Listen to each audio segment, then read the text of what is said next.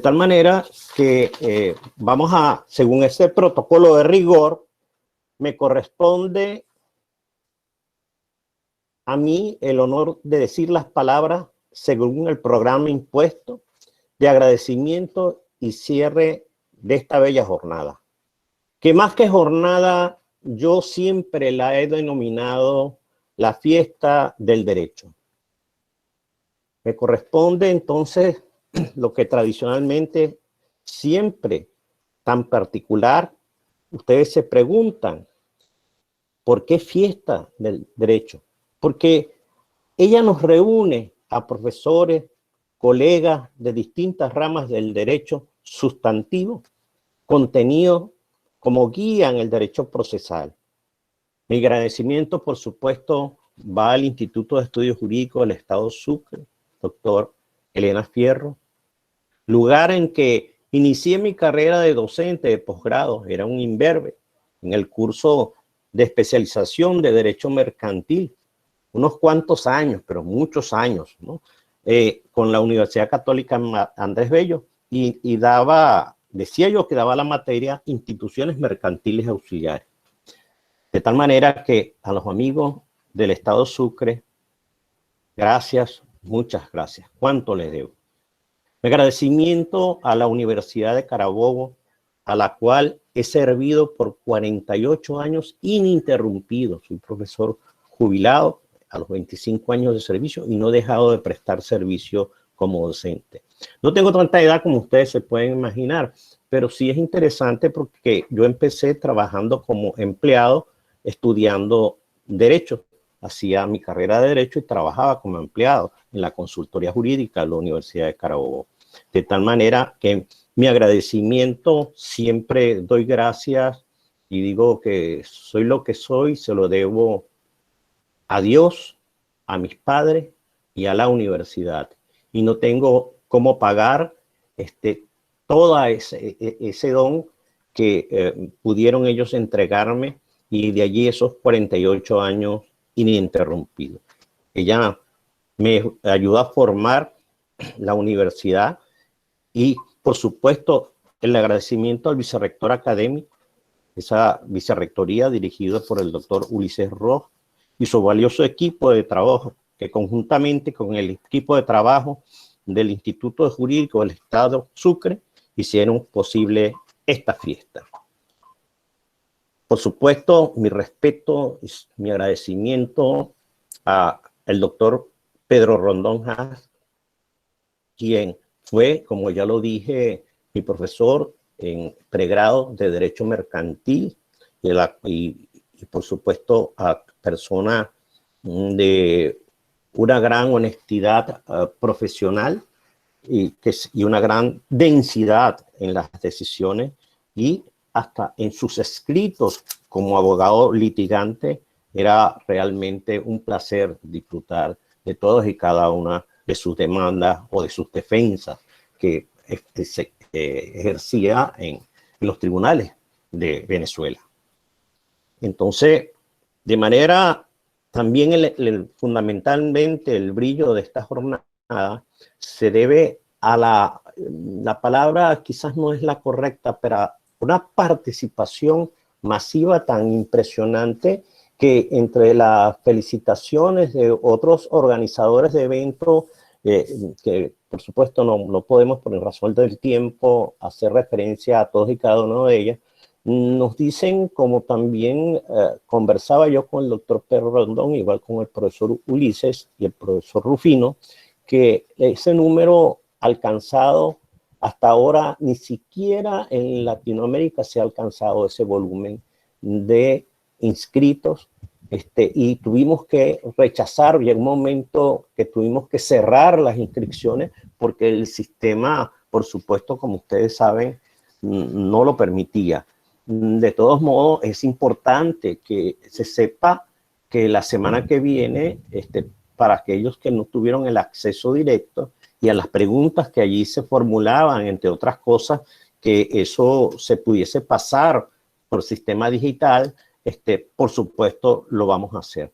De igual manera, el agradecimiento, por supuesto, a los ponentes la brillantez de cada uno de ellos en su desarrollo, y me han informado ya algunos de ellos que están dispuestos en el curso de la semana que viene, que por intermedio de esta organización pues se puedan formularse preguntas, nosotros se le enviaremos a su correo y por supuesto darán la respuesta y nosotros seríamos intermediarios o directamente ellos que respondan.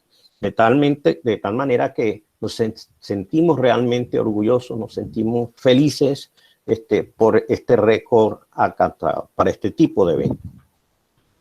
Pero vamos a la tarea impuesta de manera democráticamente, repito, impuesta por los organizadores de esta reunión. Y es hacer una apreciación de lo más destacado en el curso de hoy.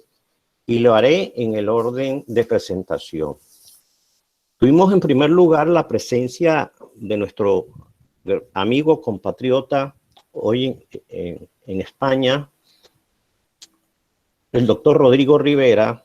Nos habló de los medios alternativos de conflicto en línea en Venezuela. Él nos refería que en Venezuela no se ha desarrollado el uso de los medios alternativos, tales como la negociación, la conciliación, de tal manera que estos medios, como lo dice el doctor Rivera, es un medio horizontal en el cual las partes libremente pueden dirimir el conflicto, pero para sorpresa de todos, siendo que existe una ley especial sobre arbitraje comercial en Venezuela, por ejemplo, se crearon, por supuesto, los centros de arbitraje y sorpresa mayor ocurrió el año pasado cuando la Sala Constitucional del Tribunal Supremo de Justicia, de manera sorpresiva, realmente se abocó del conocimiento de un arbitraje en la cual rompía el pacto de las partes de no dirimir en la jurisdicción ordinaria y se abocó del conocimiento de la causa, violando así la cláusula compromisoria, de tal manera que se ha venido nutriendo la Sala Constitucional y con esta sentencia gravísima y sobre todo por la argumentación, que a mi manera de ver es muy pobre y es lo que nos refería el doctor Rodrigo Rivera. En Venezuela realmente ya con esta decisión de la Sala Constitucional, cualquiera puede pedir entonces el abocamiento en un momento determinado y muere así esa solución alternativa en materia mercantil.